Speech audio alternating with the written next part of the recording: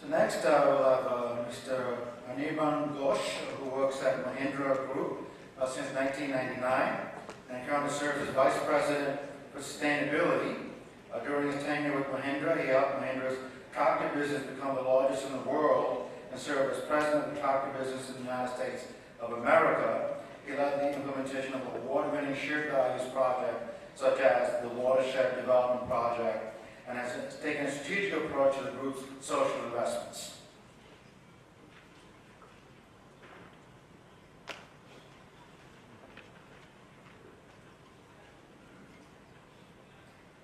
Good afternoon, ladies and gentlemen. Since you're in this room, it is fair to assume that you belong to the converted and are a believer. It's also fair to say that since morning, we've had a wonderful refresher on what our problems are and the magnitude of the problems. In fact, perhaps the most fascinating part of the conversation in the morning was the way the speakers brought out the interlinkages between the problems that we face from a waste management and environment perspective. But if we were to look at all that was said, you will notice that there were 2 or 3 big problem areas that were identified. One clearly is the landfill, the existence, the management, the dealing with of the landfill.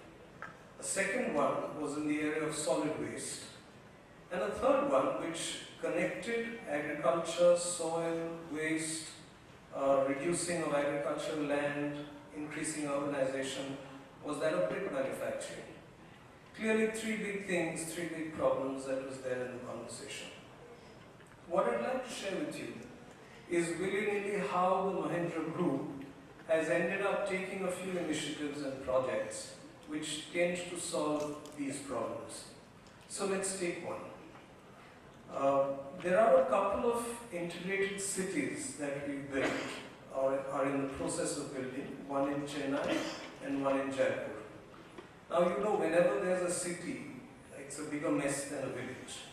So it wouldn't be surprising that if you don't take proactive action, the cities at Chennai, the Mahindra World cities at Chennai and Jaipur could also go that way. Well, as it turns out, the team at Mahindra World City has taken a decision and has implemented projects to make sure that Mahindra World City in Chennai is a zero landfill city. That nothing in the city will go to landfill. The first problem we had to tackle was obviously food waste and sewage. So there is a very large plant that has been built in Mahindra World City, which can not only handle the food waste and sewage of today, but for at least another 20 years it has enough capacity to deal with it. So what they do with the sewage and the food waste is convert it into compressed natural gas, and then use it to run buses for public transport, run tractors to collect food waste from the city, and also run generators to just run the plant where all this work happens. Clearly, it is a way in which we can use our sewage better anywhere in the country. The technology, incidentally, is not new to the country and doesn't even come from some fancy source. It comes from the Khadi Village Industries Commission. And we've had this technology for a very long time. It's a question of trying to put it into practice so that it can be used in every one of our cities and manage solid waste way better than we manage today. But that is a project which happens on a very large scale. Not everyone can use it in a small factory premises or in a smaller area. For that, there is another wonderful technology, that of using biosanitizer and treating solid waste without using any energy. You have no idea how much energy we use to treat solid waste whenever we do treat solid wastes. So treating solid waste is important, but being able to do so without using any energy is a fantastic way of dealing with it. So there are about 5 or 6 locations within the Mahindra Group which today treat solid waste using biosanitizer without using any electricity. Clearly a sustainable way of dealing with things which can be scaled up by anyone who wishes to do so. We've also discovered that it is possible to take a conventional STP and convert it to a bio-STP at very low cost. And the cost incurred is more than recovered by the savings in energy which we were anyway incurring in the past. So the first such project is being done in a location in Pune where there is the Mahindra United World College. They've done the biosanitizer already and are now in the process of taking their conventional STP and converting it into a bio-STP. If they succeed, then it will be my task to take it across to other places in the group. So these were two technologies which really work in the solid waste space. We've also got a business that builds buildings and of course builds the city that I was talking about. So they obviously use a lot of bricks. At the same time, we've got businesses where there are foundries and where the sand, after being used a few times, there's absolutely nothing you can do with it. And typically that ends up in landfill. It's very fine sand, so it goes up into the air and you all know whatever happens with small particles in the air. We've now discovered that this foundry waste sand can be used to make bricks, which can be used by the construction industry. So there's a project in place now to make this happen. Another thing we've discovered is that the slag that comes out of the steel plant, another small little steel plant that we have, can also be used to make construction material. So a whole lot of the wastes which were otherwise causing harm to the environment, even if dealt with in the manner prescribed by the Pollution Control Board, can actually be used in very useful ways to enable business and promote the cause of circular economy. You know that the number of vehicles that are there on the road are increasing rapidly in India and will continue to do so because we are a growing country, increasingly more affluent. Another thing that's happening side by side is the old vehicles are needing to get scrapped, otherwise they're adding to air pollution. How do you scrap them responsibly? Today in India, we don't have a single business unit that deals with this. I'm happy to tell you that we've invested in one company which will responsibly scrap automobile vehicles, recycle whatever can be recycled, and deal with the rest in a manner consistent with the best practices in the world. Now, these are areas of work which within Mahindra we call as growing green revenue. And it is rooted in the insight that businesses of the future are likely to grow if they have some connection with climate change and the issues that are driving change in society today. So growing green revenue is one of the important aspects of the Mahindra Sustainability Framework. Another aspect in the framework is no waste to landfill. And we discovered that even before we started work on it, about 53% of our wastes were handled in a way in which it did not go to landfill. So the challenge then is what to do with the other 47% and how to deal with it so that that doesn't go to landfill. And that's the sort of work that we are embarking on now.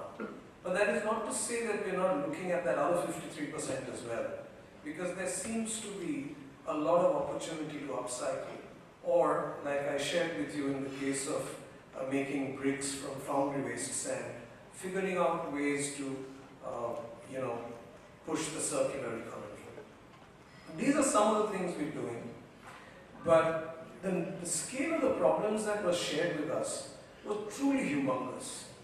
And little initiatives of these kinds, and these initiatives are necessarily little when you look at it from the perspective of the country or the world, will obviously not be enough. So what should we do? Clearly, there are some obvious answers that are there. We know that agri-waste burning is bad for everybody. But what we haven't figured out is how in that small window can we just collect all the agri-waste so that it doesn't have to be burned. We already know all good ways of using agri-waste to produce energy. So the problem we need to solve is how do we quickly collect the agri-waste before it gets burned. And that doesn't seem to be such a big problem if you ask me. Second, we know that water is a problem. Yet, if you were to, say even here in this hotel, for all the fresh water that comes in, 30 to 40% literally goes down the drain through the flush. There is no reason why we should be using fresh water there. You heard in the morning session that 70% of the buildings that India will need in 2050 are yet to be built. There is absolutely no reason why any such building which is new and getting built now should use fresh water in the flush. It doesn't take much to make this change happen. And if this change were to happen, a whole lot of water recycling projects would immediately start happening alongside. In the consumption of water, all of us use flushes. There are places where you will find two buttons, a small one and a big one. Not having a dual flush again seems to be a bit of a crime, especially in buildings which are being constructed now. Retrofitting may be a little bit difficult, though not impossible, but there is absolutely no reason why this cannot be done in a brand new building. The rate at which water falls from the tap is way higher than the water that we actually need to use. And we know that using aerators in these taps cuts consumption by 20 to 30%. Again, no reason why this cannot be done in new buildings that are coming up. But I'd like to close with an idea which perhaps can lead to sustenance of natural resources and its maintenance by the stakeholders who so far have been responsible for its destruction. You've heard that there are fires in the landfill in Deonar, but you've possibly also heard that the largest lake of Bangalore, the Belandur Lake, has caught fire 3 times because of all the waste that gets dumped into that lake. Now here's the idea. The people who put the waste into the lake, if we were to take that group of people, and people who use fresh water as intake for their businesses, such as people who make beer, people who make soft drinks. If we were to get them and tell them that, okay, you are the guys who use this water and you are the guys who pollute this water. So a year from now or 2 years from now, as the case may be, this lake will be your only source of fresh water. You will not get fresh water from anywhere, certainly not the municipality, and no tankers will be allowed. In these 2 years, we will work together to clean up this lake.